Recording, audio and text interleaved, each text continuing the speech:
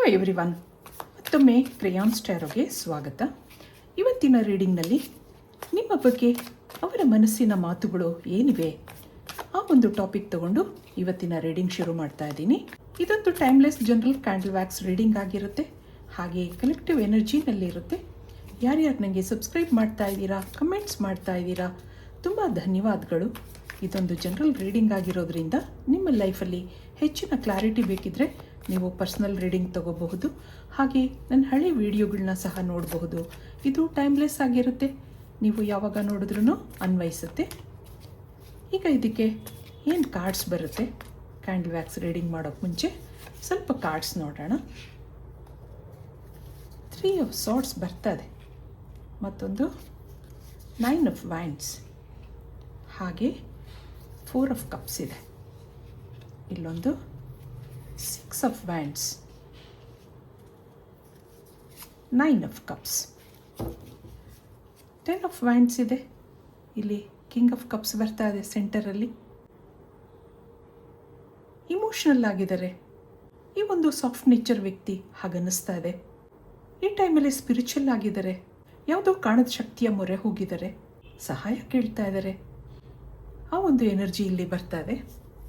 ನಿಮ್ಮ ಎನರ್ಜಿ ನೋಡಿದಾಗ ಇಲ್ಲೊಂದು ಬ್ರೋಕನ್ ಫೀಲ್ ಆಗ್ತಾ ಇದೆ ನಿಮಗೆ. ಆದ್ರೂ ಕಾನ್ಫಿಡೆಂಟ್ ಆಗಿದ್ದೀರಾ, ಆ ವ್ಯಕ್ತಿಗೋಸ್ಕರ ಕಾಯ್ತಾ ಇದ್ದೀರಾ, ಅಥವಾ ಅವ್ರ ಉತ್ತರಕ್ಕೆ ನಿರೀಕ್ಷೆ ಮಾಡ್ತಾ ಇದ್ದೀರಾ. ತುಂಬ ದಿನದ ಫ್ರೆಂಡ್ಶಿಪ್ ಇದೆ, ಆದರೆ ಅಲ್ಲಿ ಕ್ಲಾರಿಟಿ ಇಲ್ಲ. ಮನಸ್ಸು ಉಡ್ದಿದೆ, ಆದ್ರೂ ಇಲ್ಲಿ ಆತಂಕ ಇದೆ, ಕಾಯೋದಿದೆ.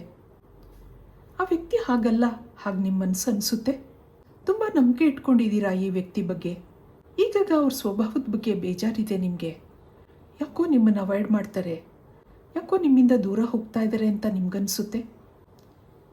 ಮೊದಲು ಅಷ್ಟೊಂದು ಇಷ್ಟಪಡ್ತಾ ಇದ್ದವರು ಈಗೀಗ ನಿಮ್ಮನ್ನು ನೆಗ್ಲೆಕ್ಟ್ ಮಾಡೋದು ನಿಮ್ಗೆ ಆತಂಕ ಇದೆ. ಹಾಗೆ ಡೌನ್ ಫೀಲ್ ಆಗುತ್ತೆ. ನನ್ನಿಂದ ಏನಾದರೂ ತಪ್ಪಾಗಿದೆಯಾ, ಮೊದಲೇ ಹೇಳಿದ್ದಿದ್ರೆ ನಾನು ಇಷ್ಟೊಂದು ಮನಸ್ಸಿಗೆ ಹಚ್ಕೋತಾ ಇರಲಿಲ್ಲ, ಇಷ್ಟೊಂದು ಅಟ್ಯಾಚ್ಮೆಂಟ್ ಬೆಳೆಸ್ಕೋತಾ ಇರಲಿಲ್ಲ, ಹಾಗೆಲ್ಲ ನೀವು ಯೋಚನೆ ಮಾಡೋದಿದೆ. ಆದರೆ ಇಲ್ಲಿ ಕಾಯೋದು ಬಿಟ್ಟು ನಿಮಗೆ ಬೇರೆ ದಾರಿ ಇಲ್ಲ.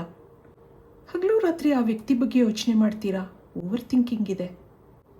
ಅವರ ಎನರ್ಜಿ ನೋಡಿದಾಗ ಎಷ್ಟೋ ಸರಿ ನಿಮ್ಮಿಂದ ದೂರ ಆಗಿದ್ದಾರೆ. ನೀವು ಅಂದಾಗ ಏನೋ ಪಾಸಿಟಿವಿಟಿ ಇದೆ, ಸಂತೋಷ ಇದೆ. ಆದರೆ ಯಾಕೋ ಈ ಕನೆಕ್ಷನಲ್ಲಿ ನಿರ್ಧಾರ ತಗೊಳಕ್ಕಾಗ್ತಾ ಇಲ್ಲ, ಡಿಸಿಷನ್ ಕೊಡೋಕ್ಕಾಗ್ತಾ ಇಲ್ಲ. ನಿಮಗೆ ಏನೋ ಹೇಳಲಾರ್ದಂಥ ಪರಿಸ್ಥಿತಿನಲ್ಲಿದ್ದಾರೆ, ಸ್ಪಿರಿಚುವಲ್ ಆಗಿದ್ದಾರೆ ಅನ್ನೋದು ಬರ್ತಾ ಇದೆ. ಈ ಕನೆಕ್ಷನಲ್ಲಿ ಪಾಸಿಟಿವಿಟಿ ಹುಡುಕ್ತಾ ಇದ್ದಾರೆ. ನಿಮ್ಮನ್ನು ಬಿಟ್ಕೊಡೋಕೆ ಇಷ್ಟ ಇಲ್ದಿದ್ರೂ ನಿಜ ಹೇಳೋಕ್ಕಾಗದೆ ನಿಮ್ಮಿಂದ ದೂರ ಆಗೋದಿದೆ. ಸುಳ್ಳು ಹೇಳೋ ಮನಸ್ಸಿಲ್ಲ, ನಿಜ ಹೇಳಿದರೆ ನೀವು ಬೇಜಾರು ಮಾಡ್ಕೋತೀರಾ. ನಿಮ್ಮನ್ನು ಬೇಜಾರು ಮಾಡೋ ಇಷ್ಟನೂ ಇಲ್ಲ, ಅದಕ್ಕೋಸ್ಕರ ನಿಮ್ಮಿಂದ ಎಷ್ಟೋ ಸರಿ ದೂರ ಆಗ್ತಾಯಿದ್ರು, ಅಷ್ಟು ಮಾತಾಡ್ತಾ ಇದ್ರು. ಈ ವಿಷಯ ಬಂದಾಗ ಟಾಪಿಕ್ ಚೇಂಜ್ ಮಾಡೋದಿತ್ತು. ಅರ್ಜೆಂಟ್ ಮಾಡಬೇಡ, ಎಲ್ಲ ಸರಿಯಾಗುತ್ತೆ ಹಾಗೆ ನಿಮ್ಗೆ ಹೇಳಿರಲೂಬಹುದು.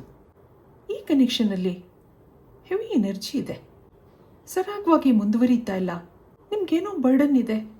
ಈ ವ್ಯಕ್ತಿ ಒಂದಿನ ನೆಗೆಟಿವ್ ಆಗಿ ಆನ್ಸರ್ ಕೊಟ್ಟರೆ ಏನು ಮಾಡೋದು, ಹಾಗೆಲ್ಲ ನೀವು ಯೋಚನೆ ಮಾಡ್ತಾ ಇದ್ದೀರಾ. ನಿಮಗೂ ಲೈಫಲ್ಲಿ ಸೆಟ್ಲ್ ಆಗಬೇಕಾಗಿದೆ, ಅದು ಈ ವ್ಯಕ್ತಿ ಜೊತೆ.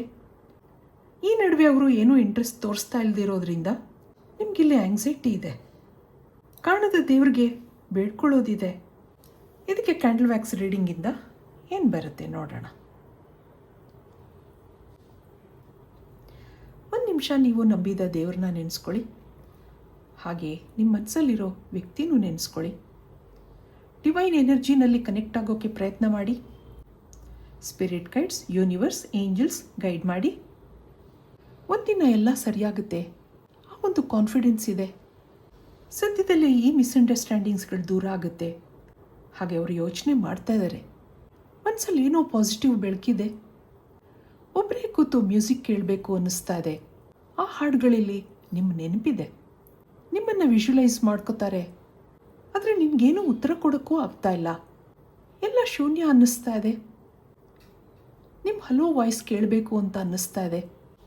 ಆಗಾಗ ನಿಮಗೆ ಕಾಲ್ ಮಾಡ್ತಾರೆ, ಅದು ಇದು ಮಾತಾಡ್ತಾರೆ, ಆದರೆ ಮೇನ್ ಪಾಯಿಂಟ್ಗೆ ಬರೋಲ್ಲ. ಮೊದಲ ಥರ ಗಂಟೆಗಟ್ಟಲೆ ಕನ್ವರ್ಸೇಷನ್ ಇಲ್ಲ.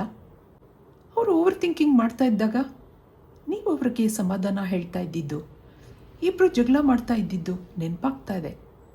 ಈಗಲೂ ಏನೇನೋ ಹೇಳಬೇಕು ಅನಿಸುತ್ತೆ, ನಿಮ್ಮ ಸಜೆಷನ್ ಕೇಳಬೇಕು. ಆದರೆ ಈಗ ನೀವು ಜೊತೆಯಲ್ಲಿ ಇಲ್ಲದೆ ಇರೋದು ಫೀಲ್ ಆಗ್ತಾ ಇದೆ. ಒಬ್ಬರೇ ಇದ್ದಾಗ ಅಂತ ಅಲ್ಲ, ಯಾವಾಗಲೂ ಏನೋ ನಿಮ್ಮ ಮಾತು ನೀವು ಅವರು ಫೀಲ್ ಆಗ್ತಾ ಇರುತ್ತೆ. ಮಿಸ್ ಮಾಡ್ಕೋತಿದ್ದೀನಿ ಅಂತ ಅನಿಸುತ್ತೆ. ಒಂದೊಂದು ಸರಿ ಕಣ್ಣಲ್ಲಿ ನೀರು ಬರೋದೂ ಇದೆ. ಅವ್ರಿಗೆ ನೀವು ಮೇಡ್ ಫಾರ್ ಈಚ್ ಅದರ್ ಅಂತ ಅನಿಸುತ್ತೆ. ಏನೋ ಕಳ್ಕೊಂಡು ಅನುಭವ ಆಗ್ತಾ ಇದೆ. ಒಂದೊಂದು ಸರಿ ಆತ್ಮವಿಶ್ವಾಸ ಕಳೆದು ಹೋಗುತ್ತೆ. ಇದರಿಂದ ಯಾವಾಗ ಬಿಡುಗಡೆ ಸಿಗುತ್ತೆ, ಯಾವಾಗ ಶಾಂತಿ ನೆಮ್ಮದಿ ಸಿಗುತ್ತೆ ಹಾಗನ್ನಿಸ್ತಾ ಇದೆ ಇವ್ರಿಗೆ. ನಿಮ್ಮ ನೆನಪು ಪ್ರತಿ ಕ್ಷಣನೂ ಬರ್ತಾ ಇದೆ.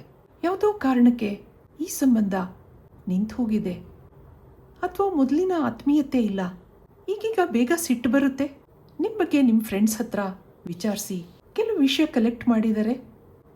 ಇಲ್ಲಿ ಕೆಲವರು ಬೇರೆ ಬೇರೆ ಊರಲ್ಲೂ ಇರಬಹುದು, ಅಥವಾ ನಿಮ್ಮದೇ ಬೇರೆ ಪ್ರಪಂಚ ಇರಬಹುದು.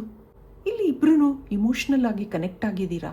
ಹಾಗಿರೋದ್ರಿಂದ ಫ್ಯೂಚರ್ ಬಗ್ಗೆ ಹೆಚ್ಚು ಯೋಚನೆ ಮಾಡದೆ ಪ್ರೆಸೆಂಟ್ ಸಿಚುವೇಶನ್ ಬಗ್ಗೆ ಫೋಕಸ್ ಮಾಡಬೇಕು ಹಾಗನ್ನಿಸ್ತಾ ಇದೆ ಅವ್ರಿಗೆ.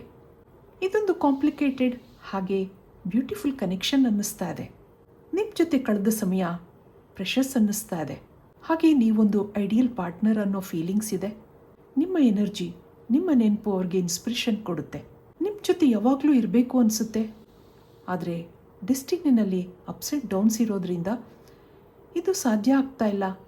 ನಿಮ್ಮ ಬಗ್ಗೆ ಓವರ್ ಥಿಂಕಿಂಗ್ ಇದೆ, ಆದರೆ ಎಕ್ಸ್ಪ್ರೆಸ್ ಮಾಡ್ಕೊಳ್ಳಲ್ಲ. ಅವರ ಫೀಲಿಂಗ್ಸ್ನ ಕಂಟ್ರೋಲ್ ಮಾಡ್ಕೊಂಡಿದ್ದಾರೆ ಅನ್ನಿಸ್ತಾ ಇದೆ. ನೀವು ಅವ್ರಿಗೆ ಕೇರ್ ಮಾಡೋದು, ಗಂಟೆಗಟ್ಟಲೆ ಮಾತಾಡ್ತಾ ಇದ್ದಿದ್ದು ಇಷ್ಟ ಆಗುತ್ತೆ. ನೀವು ಅವ್ರ ಹತ್ರ ಎಲ್ಲ ಹೇಳ್ಕೊತಾ ಇದ್ರಿ. ಒಂಥರ ಕ್ಲೀನ್ ಹಾರ್ಟೆಡ್ ಪರ್ಸನ್ ನೀವು. ಆದರೆ ಇವ್ರು ಹಾಗಿಲ್ಲ.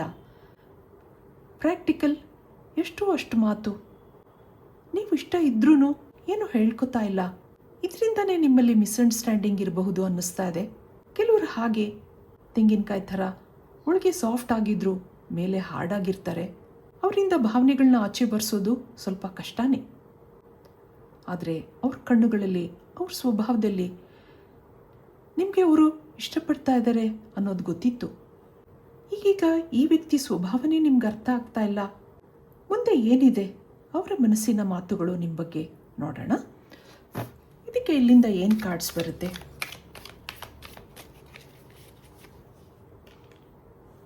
I wish I could change my past. I left you to make you realize my importance. I feel you don't need me anymore. You touched my heart ಅಂತ ಹೇಳ್ತಾ ಇದ್ದಾರೆ ನೋಡಿ. Come back in my life. I want to fall in love with you again and again. Thank you for your stand in my favor ಅನ್ನೋದು ಬರ್ತಾ ಇದೆ. ನಿಮ್ಮ friendship ಬೆಳೆದ ಮೇಲೆ ಅವ್ರಿಗೇನೋ ಆತಂಕ ಇದೆ. ನಿಮ್ಮನ್ನು ಕಳ್ಕೊತೀನೇನೋ ಅನ್ನೋ ಇನ್ಸೆಕ್ಯೂರಿಟಿ ಇದೆ. ನಾನು ಒಬ್ಬನೇ ಇದ್ದಾಗ ಚೆನ್ನಾಗಿದ್ದೆ, ಈಗ ದಿನನಿತ್ಯ ನಿಮ್ಮ ನೆನಪುಗಳು ಬರ್ತಾ ಇರುತ್ತೆ. ಇದನ್ನೆಲ್ಲ ಮರೆಯೋಕ್ಕೋಸ್ಕರ ಆಗಾಗ ನಿಮ್ಮಿಂದ ಸ್ವಲ್ಪ ದೂರ ಆಗ್ತಾರೆ, ಸೈಲೆಂಟ್ ಆಗಿರ್ತಾರೆ. ಅದು ನಿಮಗೆ ಗೊತ್ತಾಗಲಿ ಹಾಗೆ ಅನ್ಕೋತಾರೆ. ಆದರೆ ನೀವು ಅವ್ರು ಕಾಲ್ ಮಾಡ್ದಿದ್ರೆ, ಮೆಸೇಜ್ ಮಾಡ್ದಿದ್ರೆ, ನಾನು ನಿನಗೆ ಬೇಕಾಗಿಲ್ವಾ ಹಾಗೂ ಅನಿಸುತ್ತೆ ಅವ್ರಿಗೆ. ಯಾವಾಗಲೂ ನಿಮ್ಮ ಕಾಲ್ಗೋಸ್ಕರ ಕಾಯ್ತಾ ಇರ್ತಾರೆ, ಮೆಸೇಜ್ಗೋಸ್ಕರ ಕಾಯ್ತಾ ಇರ್ತಾರೆ. ಯು ಟಚ್ಡ್ ಮೈ ಹಾರ್ಟ್ ಅಂತ ಹೇಳ್ತಾ ಇದ್ದಾರೆ. You are the perfect person ಹಾಗನ್ನಿಸುತ್ತೆ ಅವ್ರಿಗೆ. Come back in my life ಅಂತ ಹೇಳ್ತಾ ಇದ್ದಾರೆ. ಅವರು ಯಾವಾಗಲೂ ನಿಮ್ಮನ್ನು ಇಷ್ಟಪಡ್ತಾರೆ. ಆದರೆ ಒಂದು ವ್ಯಕ್ತಿನ ಇಷ್ಟಪಟ್ಟರೆ ಸಾಲದು ಅಲ್ವಾ, ಪಡೆಯೋಕ್ಕೂ ಅದೃಷ್ಟ ಇರಬೇಕು. ಇಲ್ಲಿ ಕಾನ್ಫಿಡೆನ್ಸ್ ಇದೆ ಸರಿ, ಆದರೆ ಸಂತೋಷ ಇಲ್ಲ. ಇದಕ್ಕೆ ಇಲ್ಲಿಂದ ಒಂದೇ ಒಂದು ಮೆಸೇಜ್ ನೋಡೋಣ ಏನು ಬರುತ್ತೆ. ಸರೆಂಡರ್ ಟು ದಿ ಡಿವೈನ್ ಅನ್ನೋದು ಬರ್ತಾ ಇದೆ. Don't let pride get in your way. Already ನೀವಿಬ್ಬರೂ ಮ್ಯಾನಿಫೆಸ್ಟ್ ಮಾಡ್ಕೋತಾ ಇದ್ದೀರಾ, ಆದ್ರೂ ಯಾವುದೇ ರಿಸಲ್ಟ್ಸ್ ಇಲ್ಲ. ಫೈನಲ್ ಮೆಸೇಜ್ ನೋಡಿದಾಗ ಸರೆಂಡರ್ ಟು ದಿ ಡಿವೈನ್ ಅನ್ನೋದು ಬರ್ತಾ ಇದೆ. ಒಂದೊಂದು ಸರಿ ಯಾವುದೂ ನಮ್ಮ ಕೆಲಸಗಳಾಗಿಲ್ದಿರುವಾಗ ದೇವ್ರಿಗೆ ಸರೆಂಡರ್ ಆಗಬೇಕಾಗುತ್ತೆ, ಯೂನಿವರ್ಸ್ಗೆ ಸರೆಂಡರ್ ಆಗಬೇಕಾಗುತ್ತೆ. ಹಾಗೆ ನೆಗೆಟಿವ್ ಥಾಟ್ಸ್ನ ಬಿಡಿ, ನೆಗೆಟಿವ್ ಮಾತುಗಳನ್ನ ಕಡಿಮೆ ಮಾಡ್ಕೊಳ್ಳಿ. ಮುಂದೆ ಆ ಡಿವೈನ್ ಟೈಮಿಂಗ್ ನಿಮ್ಮ ಲೈಫಲ್ಲಿ ಬರಬಹುದು. ಇದು ಇವತ್ತಿನ ರೀಡಿಂಗ್ ಆಗಿರುತ್ತೆ. ಮತ್ತೆ ಇಂಥದೇ ರೀಡಿಂಗ್ ಕೇಳಬೇಕು ಅನಿಸಿದ್ರೆ ನನ್ನ ವೀಡಿಯೋಸ್ನ ಲೈಕ್ ಮಾಡಿ, ಶೇರ್ ಮಾಡಿ, ಸಬ್ಸ್ಕ್ರೈಬ್ ಮಾಡಿ. Thank you for watching. Be happy always.